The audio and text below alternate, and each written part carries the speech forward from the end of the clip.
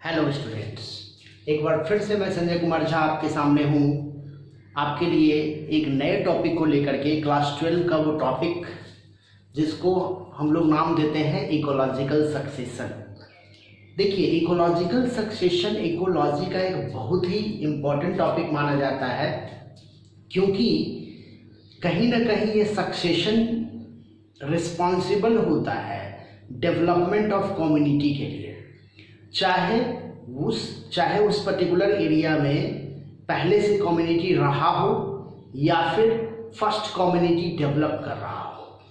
तो सिंपली आप इसको ऐसे समझ सकते हो कि इकोलॉजिकल सक्सेशन एक काइंड का प्रोग्रेस है उस एरिया में जहां पे या तो पहले से कम्युनिटी डेवलप रहा हो या फिर कम्युनिटी उस एरिया में पहले से नहीं रहा।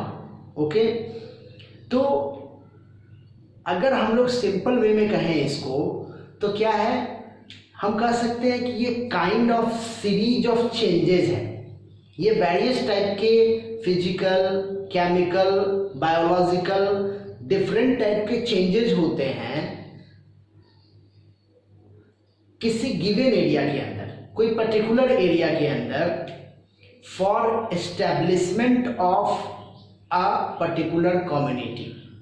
एक कम्युनिटी को स्टेबलाइज करने के लिए जो वेरियस टाइप के फिजिकल, केमिकल और बायोलॉजिकल चेंजेस होते हैं, इस पूरे सीक्वेंशियल चेंज को, इस पूरे सीरीज ऑफ चेंजेस को हम लोग बोलते हैं इकोलॉजिकल सक्सेशन। तो डेफिनेशन क्या हो जाएगा? It is a kind of series of changes till group of organism is established. क्या है? It is a kind of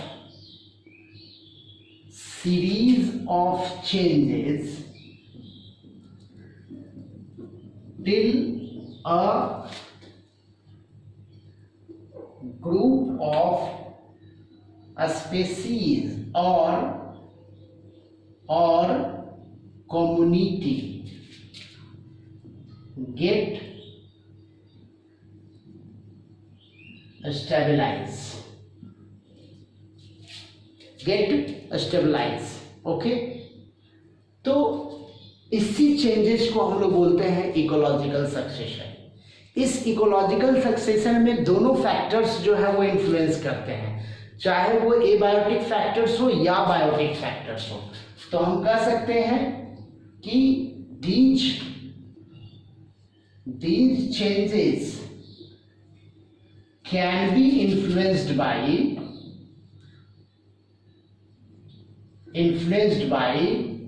both biotic and abiotic changes, है ना। ये बायोटिक और अबायोटिक चेंजेस के हिसाब से क्या होता है? इन्फ्लुएंस्ड होता है। ओके, और इसमें होता क्या है? तो स्ट्रक्चर में चेंजेस हो सकता है, कंपोजिशन में चेंजेस हो सकता है, फंक्शन में चेंजेस हो सकता है ना। मतलब चेंजेस किसमें होगा?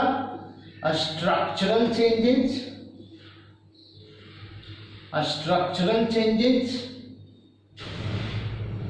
कंपोजिशनल चेंजेस और फंक्शनल चेंजेस। देखिए, ये डिफरेंट टाइप के चेंजेस हो सकते हैं एक कम्युनिटी के अंदर या फिर एक गिवन एरिया के अंदर। ओके, इंपॉर्टेंट बात ये है कि ये एक्चुअली में एक लंबा समय लेता है, क्योंकि ये एक स्लो सक्सेशन है। मतलब क्या कि ये धीरे धीरे चेंजेज होता है, ऐसा नहीं होता है कि अचानक कोई चेंजेज हो गया।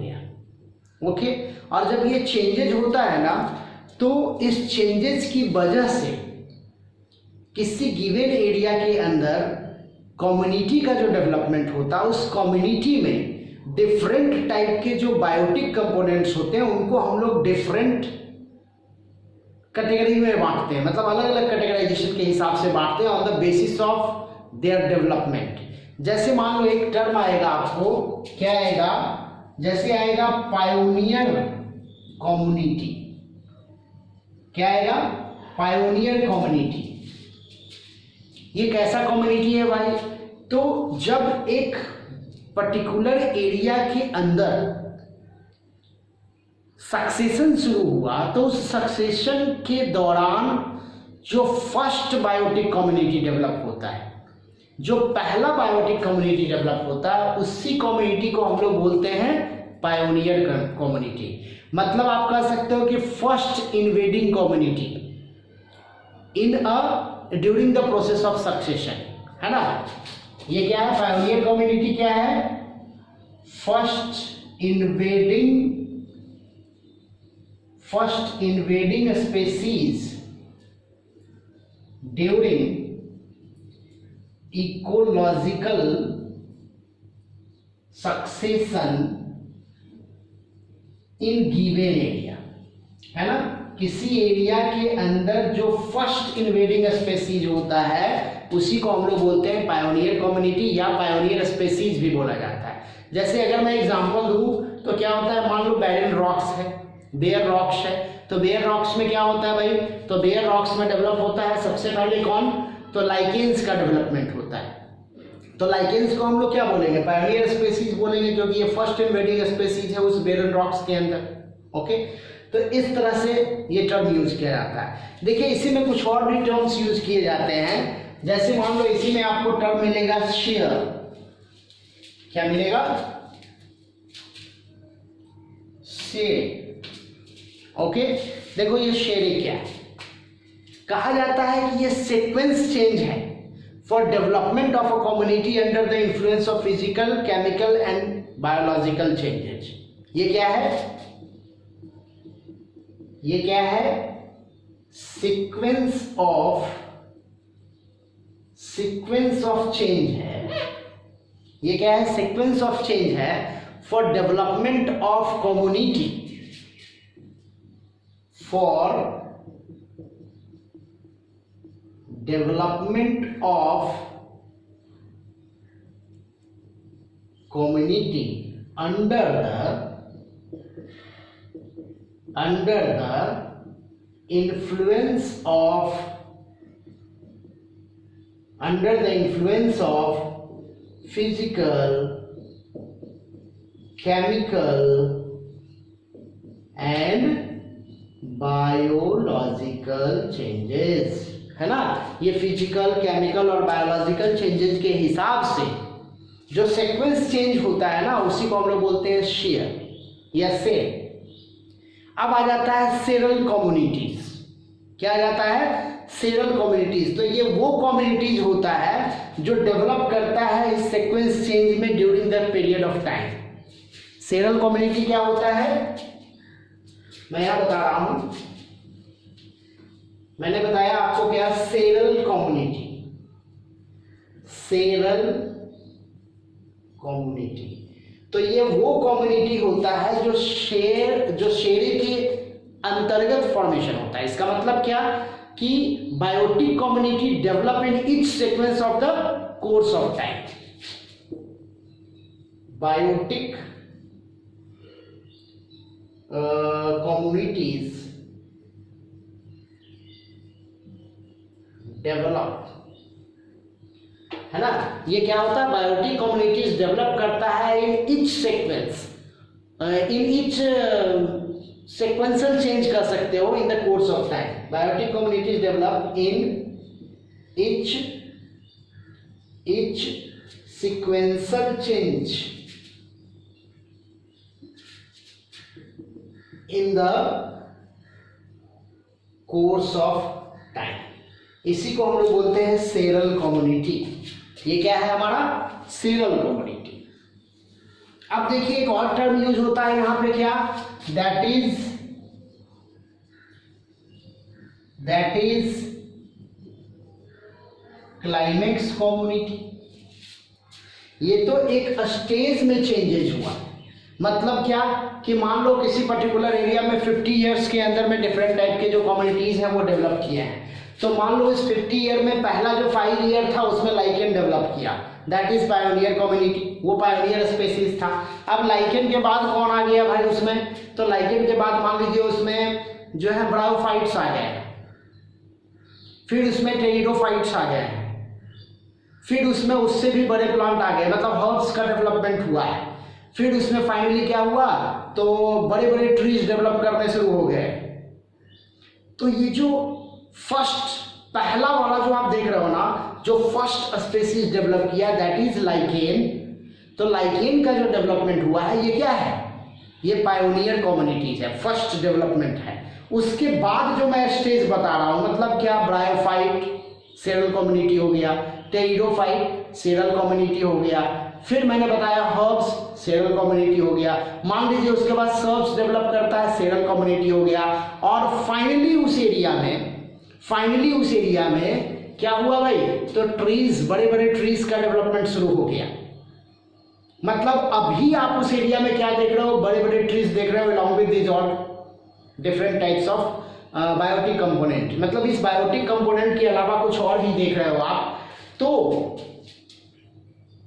उसको हम लोग बोलेंगे अभी जो डेवलप हुआ, मतलब फाइनल डेवलपमेंट कम्युनिटी जो होती है ना किसी भी सक्सेशन के दौरान, उसको हम लोग बोलते हैं climax community. So it is क्या, it is final community,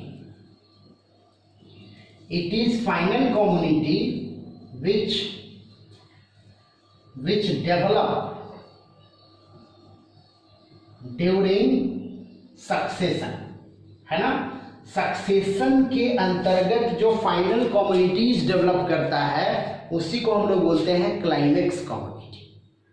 okay, तो इस तरह से हम लोगों ने इस टर्म्स को समझा कि वेरियस टाइप्स के कम्युनिटीज डेवलपमेंट होते हैं।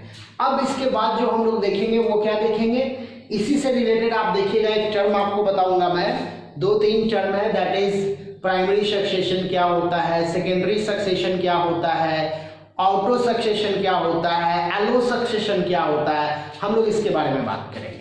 ओके, तो स्टूडेंट्स हम लोग अब देखने वाले हैं क्या, बड़ा इंपॉर्टेंट है ये, प्राइमरी सक्सेशन और क्या, सेकेंडरी सक्सेशन। देखिए ये 2 टर्म बड़ा इंपॉर्टेंट है आपके लिए। इवन आप देखिएगा बोर्ड वगैरह में इससे रिलेटेड क्वेश्चंस भी आ जाते हैं, what is differences between primary and secondary succession.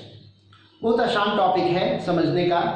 देखिए प्राइमरी सक्सेशन कहने का मतलब क्या होता है, ये वैसे एरिया में डेवलप होता है या उस सक्सेशन को बोलते हैं जो बेयर एरिया में डेवलप होता है, मतलब जहां पहले से कोई भी वेजिटेशन प्रेजेंट नहीं था और वहां पे जब सक्सेशन, इकोलॉजिकल सक्सेशन का डेवलपमेंट होता है, that is called primary succession. जैसे मान लो वोल्केनिक इरप्शन हुआ, और वोल्केनिक इरप्शन में क्या हुआ भाई, तो जो मैग्मा है वो आ गया अर्थ के ऊपर, सरफेस के ऊपर आ गया। अब उस मैग्मा के अंदर पहले से तो कुछ मौजूद नहीं था, there are no any biotic communities occur in that particular magma. So what happens, अब वो मैग्मा जब धीरे धीरे ठंडा होगा तो उस मैग्मा के ऊपर जो डिफरेंट टाइप के जो बायोटिक कम्युनिटीज डेवलप होंगे, सबसे पहला कम्युनिटी जो डेवलप होगा उसको तो हम लोग पायोनियर स्पीसीज बोलेंगे। फिर क्या होगा, वो सेरल स्टेज में चला जाएगा, है ना, मतलब डिफरेंट टाइप के जो स्पोर्स आएंगे उसके ऊपर, फिर वो डेवलप होंगे, वो चला उस स्टेज में चला जाएगा और फाइनली वो क्लाइमेक्स कम्युनिटी पे पहुंचेगा। तो ये एक लंबा प्रोसेस है, ये एक लॉन्ग टाइम टर्म प्रोसेस है। जबकि सेकेंडरी सक्सेशन के बारे में क्या बोला जाता है कि सेकेंडरी सक्सेशन उस एरिया में डेवलप होता है जहां पहले से वेजिटेशन था, लेकिन वो वेरियस फैक्टर के द्वारा, चाहे वो नेचुरल फैक्टर रहा हो या फिर मैनमेड फैक्टर रहा हो, इसकी वजह से वो क्या हो गया, खत्म हो गया, वो फिनिश हो गया। पहले से मौजूद था, फिनिश हो गया, लेकिन फिर से उसमें डेवलपमेंट हुआ है। जैसे मान लो कि मैंने अभी बताया कि वोल्केनिक इरप्शन हुआ और मैग्मा जो था वो स्प्रेड कर गया चारों तरफ। तो मैग्मा स्प्रेड करने के पहले उस जिस एरिया में वोल्केनिक इरप्शन हुआ उस एरिया में पहले से तो वेजिटेशन था ना, तो वो पहले से जो वेजिटेशन था वो वेजिटेशन तो खत्म हो जाएगा ना, वो फिनिश हो जाएगा। मान लीजिए कोई जंगल था, वहां पे आग लग गई, तो उस एरिया में जो वेजिटेशन होंगे वो तो फिनिश हो जाएंगे। लेकिन some of the vegetation, some of the spores remains occur inside the soil. Soil के अंदर कुछ स्पोर्स रहेंगे जो फिर से फेवरेबल कंडीशन आने के बाद क्या कर सकते हैं, जर्मिनेट कर सकते हैं। तो ये क्या हो गया भाई, ये सेकेंडरी सक्सेशन है, मतलब पहले से वहां मौजूद है अब फिर डेवलप किया, that is called secondary succession. Okay, तो देखिए मैंने क्या बताया प्राइमरी सक्सेशन के बारे में कि ये जनरली बैरन एरिया में होता है, बेयर एरिया में होता है, अकर on bare area where no any record of previous vegetation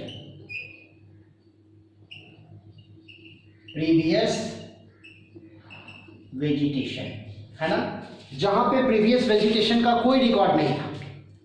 okay, वहीं पे अगर हम लोग इसको देखते हैं सेकेंडरी सक्सेशन को, तो क्या होगा, कॉमनली वहां पे डेवलप करता है जहां पहले से वेजिटेशन था, मतलब सेकेंडरी वेजिटेशन वहां शुरू हो रहा है ना। So commonly develop on that area where previous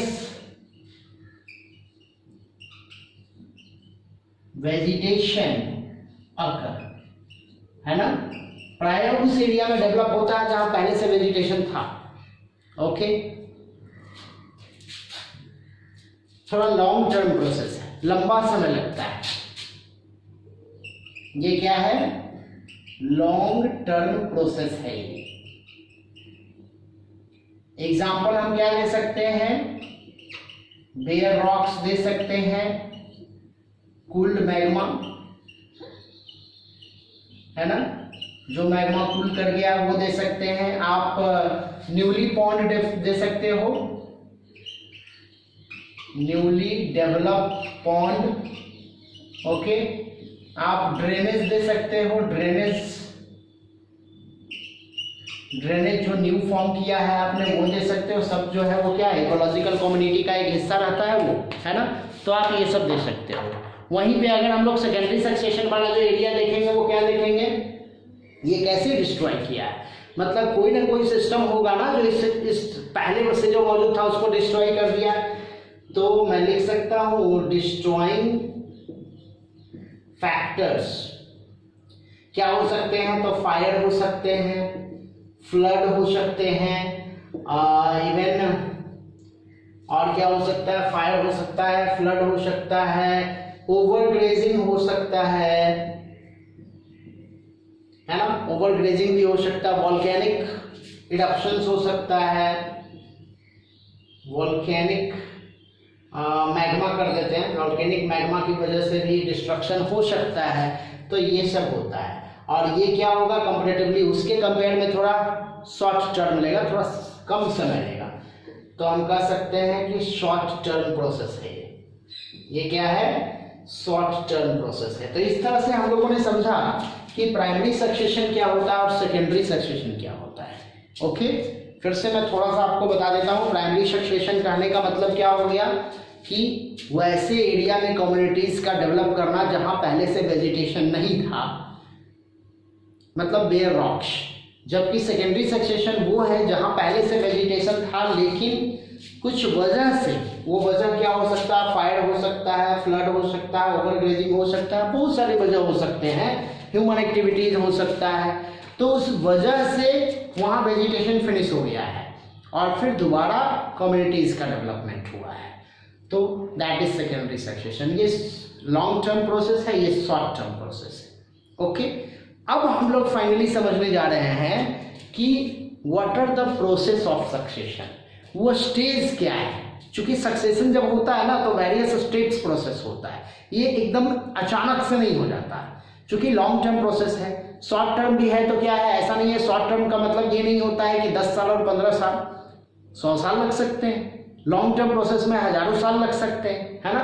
तो हम लोग देखेंगे कि what are the various stages due to which ecological succession occur in the surrounding or in our ecosystem. Okay.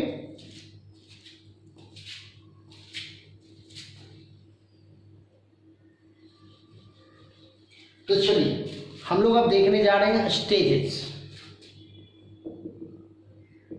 Stages of ecological succession. Ecological succession का stage देखते हैं। देखिए क्या है इकोलॉजिकल सक्सेशन का स्टेज। देखो सबसे पहले क्या होगा कि जिस एरिया में इकोलॉजिकल सक्सेशन होना चाहिए वो एक्सपोज्ड एरिया होना चाहिए, तभी तो उसके ऊपर वेरियस स्पोर्स आएंगे, है ना। तो हम कह सकते हैं क्या, एक्सपोजिंग ऑफ द एरिया। पहला क्या होना चाहिए, एक्सपोजिंग ऑफ एरिया। इसके लिए देखो एक टर्म है, इट इज कॉल्ड नुडेशन। क्या बोलते हैं इसको हम लोग, नुडेशन। मतलब एरिया एक्सपोजिंग होना चाहिए तो इसको हम लोग बोलते हैं नुडेशन। अब जब नुडेशन होगा तो क्या होगा, इसके ऊपर से स्पोर्स आएंगे, डिफरेंट टाइप के स्पोर्स जो हमारे इन्वायरमेंट में पाए जाते हैं, सराउंडिंग्स में, एयर में बहुत सारे स्पोर्स पाए जाते हैं, अलग अलग टाइप के प्लांट के और एनिमल्स के भी। तो वो स्पोर्स क्या होंगे, इसके ऊपर आएंगे, माइग्रेशन होगा उनका, है ना। तो क्या होगा उसके बाद, ऐसे लिख देते हैं, माइग्रेशन ऑफ स्पोर्स। ये स्पोर्स डिफरेंट टाइप के हो सकते हैं, तो इसको हम लोग बोलते हैं कि वो माइग्रेट करेंगे उस एरिया में जो एक्सपोज्ड एरिया है, जो एक इन्वायरमेंटल कंडीशन डेवलप हो गया है नए कम्युनिटीज के डेवलप करने के लिए, है ना। तो माइग्रेशन ऑफ स्पोर्स होगा। अब माइग्रेशन ऑफ स्पोर होने के बाद क्या होगा, जब वो स्पोर लैंड करेंगे उस पर्टिकुलर एरिया में तो क्या होगा, उनमें जर्मिनेशन होगा, है ना। मतलब क्या होगा उसमें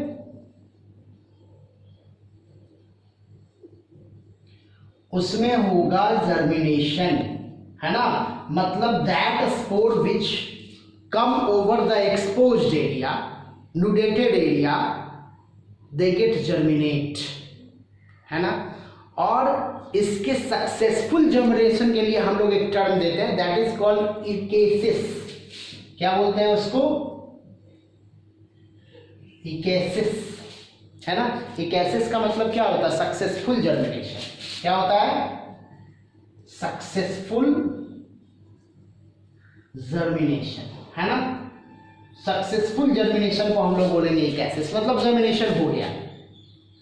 अब क्या होगा, जब ये जर्मिनेट कर गया तब क्या होगा, उस पर्टिकुलर स्पेसीज का कॉलोनी डेवलप करना शुरू हो जाएगा by the means of reproduction. मतलब उनके बीच में इंटरेक्शन होगा, रिप्रोडक्शन करेंगे, वो डेवलप करने के बाद रिप्रोडक्शन जब करेंगे तो क्या होगा, उनकी कॉलोनी डेवलप करेगी, है ना। तो हम कह सकते हैं कोलोनाइजेशन। क्या बोलेंगे, कोलोनाइजेशन होगा। किसका कोलोनाइजेशन कैसे होगा, by the means of reproduction, है ना। रिप्रोडक्शन के द्वारा उनमें उनका कॉलोनी बनना शुरू हो जाएगा, कोलोनाइजेशन। अब देखिए आपको पता होना चाहिए कि क्या एक ही टाइप के स्पोर्स आएंगे उसके ऊपर। There are various varieties of spores are invaded over that particular area. मतलब न्यूडेटेड एरिया जो होता है उसके अंदर, उसके ऊपर बहुत सारे टाइप के स्पोर्स आते हैं। तो जब डिफरेंट टाइप के स्पोर्स आएंगे तो अलग अलग टाइप की कॉलोनी डेवलप करेगा, और जब बहुत टाइप का कॉलोनी डेवलप करेगा तो क्या होगा, उनके बीच में कंपटीशन शुरू हो जाएगा, है ना। उनके बीच में क्या होगा, कंपटीशन शुरू होगा। चाहे वो, अच्छा कंपटीशन सिमिलर भी हो सकता है, डिसिमिलर भी हो सकता है, जैसा कि आप जानते हो इंटर स्पेसिफिक भी होता है, इंट्रा स्पेसिफिक भी होता है। मतलब कहीं ना कहीं उनके बीच में कंपटीशन शुरू होगा। तो कोलोनाइजेशन के बाद क्या शुरू हो जाएगा भाई, कंपटीशन शुरू हो जाएगा, है ना। और इस कंपटीशन में वही स्पेसीज सर्वाइव करता है जो फिट हो, आपको पता होगा, है ना। तो जो फिट ऑर्गेनिज्म है वो सरवाइव करेगा और उस ऑर्गेनिज्म का होगा इन्वेशन, है ना। मतलब फिट ऑर्गेनिज्म या फिट कम्युनिटीज कह देते हैं, नहीं, फिट स्पेसीज कहता हूं मैं, fit species survive, fit species survive करेगा और क्या होगा, उसका इन्वेशन होगा, मतलब वो फर्स्ट स्पेसीज कहा जाएगा उस बेयर एरिया में। ओके, अब क्या होगा, देखिए जब इन्वेशन होगा तो जो कंपटीशन के द्वारा कुछ ऑर्गेनिज्म लॉस कर जाएंगे, और इसी दौरान चूंकि सेरल स्टेज में ये चल रहा है, देखो जब यहां से शुरू हुआ ना जर्मिनेशन के बाद ये सेरल स्टेज में चलना शुरू हुआ। ऐसा नहीं है कि अब उसके ऊपर सिर्फ उसी पर्टिकुलर स्पेसीज का जो होगा वो ये होगा, मतलब डोमिनेंसी होगा, ऐसा नहीं है। एक्चुअली में डिफरेंट टाइप के स्पेसीज का स्पोर्स बार बार उसके ऊपर आ रहा है ना, और ये कंपटीशन जो होगा वो सभी लोगों के बीच में होता है ना।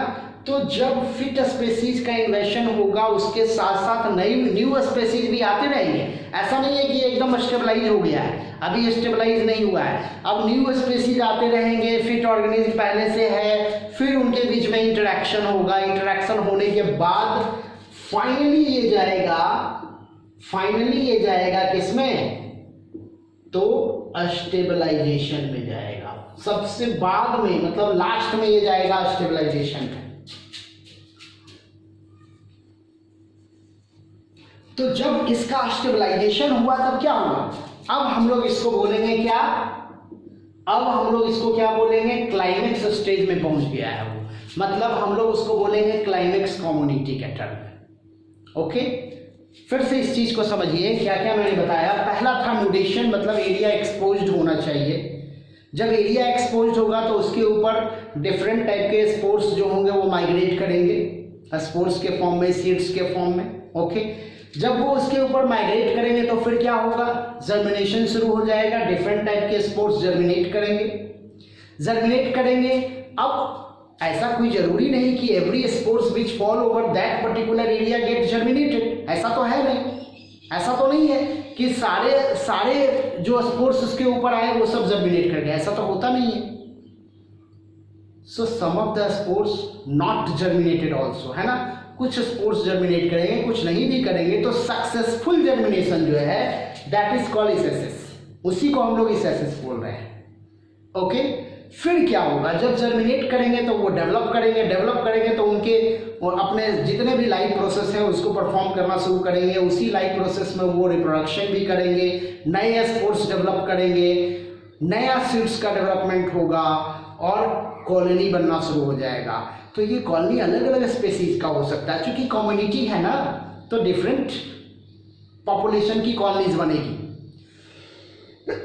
अब डिफरेंट पॉपुलेशन की जो कॉलोनी बनेगी उनके बीच में क्या शुरू हो जाएगा, कंपटीशन शुरू हो जाएगा, है ना, for the means of space, for the means of various types of facilities provided to that particular area. अब उस कंपटीशन में जो फिट स्पेसीज है वो प्रॉपर वे में सर्वाइव करेगा, दूसरे को एलिमिनेट कर सकता है वो, ऐसा भी है, एलिमिनेशन होगा या सर्वाइवल होगा। तो एलिमिनेट भी होगा, मतलब ये प्रोसेस एक्चुअली में एक स्टेज नहीं है, एक्चुअली में ये कंटिन्यूअस प्रोसेस है कि न्यू स्पेसीज बार बार आते रहेंगे, कुछ एलिमिनेट करेंगे, कुछ सर्वाइव करेंगे, कुछ एलिमिनेट करेंगे, कुछ सर्वाइव करेंगे, उनके बीच में कंपटीशन चलता रहेगा, एडेप्टेशन चलता रहेगा, इन्वायरमेंट के हिसाब से उनमें चेंजेस होता रहेगा, ये सब चलता रहेगा एक साथ, और फाइनली वहां पे एक कम्युनिटी डेवलप करेगा जो अभी आप देख रहे हो। ऐसा नहीं है कि आप कहोगे कि बस ये क्लाइमेक्स कम्युनिटी, हमने जो देखा क्लाइमेक्स कम्युनिटी, हो सकता है 100 साल बाद कुछ और हो जाए वहां पे, है ना, लेकिन जो फाइनल कम्युनिटी आप ऑब्जर्व कर रहे हो at that particular period, that is called climax community. मतलब आपने जिस स्टेज को फाइनली देखा है उसको आपने कहा कि ये क्लाइमेक्स कम्युनिटी है, उससे और ज़्यादा डेवलपमेंट हो सकता है, आप अंदाजा लगा सकते हो, क्योंकि वहाँ का बहुत सारा फैक्टर इसके लिए रिस्पॉन्सिबल होगा, है ना। तो इस तरह से हम लोगों ने समझा क्या कि what are the various stages occur during the ये इकोलॉजिकल सक्सेशन में वो कौन सा स्टेजेस होता है। अब इसी चीज को हमारा जो नेक्स्ट वीडियो आने जा रहा है उसमें मैं आपको बताऊंगा हाइड्रोसेयर के बारे में, जेरोसेयर के बारे में, मतलब कि एक्वेटिक रीजन में अगर मान लीजिए कम्युनिटी डेवलप होता है तो कैसे होता है, अगर टेरिस्टेरियल जोन में कम्युनिटीज डेवलप होता है तो कैसे होता है, मेसोफाइटिक जोन में, काफ़ी इंपॉर्टेंट है और इससे रिलेटेड क्वेश्चंस भी आपको आते हैं बोर्ड में। ओके, तो इस तरह से ये टॉपिक आपका क्लियर हो चुका है। तो आपका बहुत बहुत धन्यवाद इस चैनल पे कंटिन्यूअसली बने रहने के लिए। Thank you.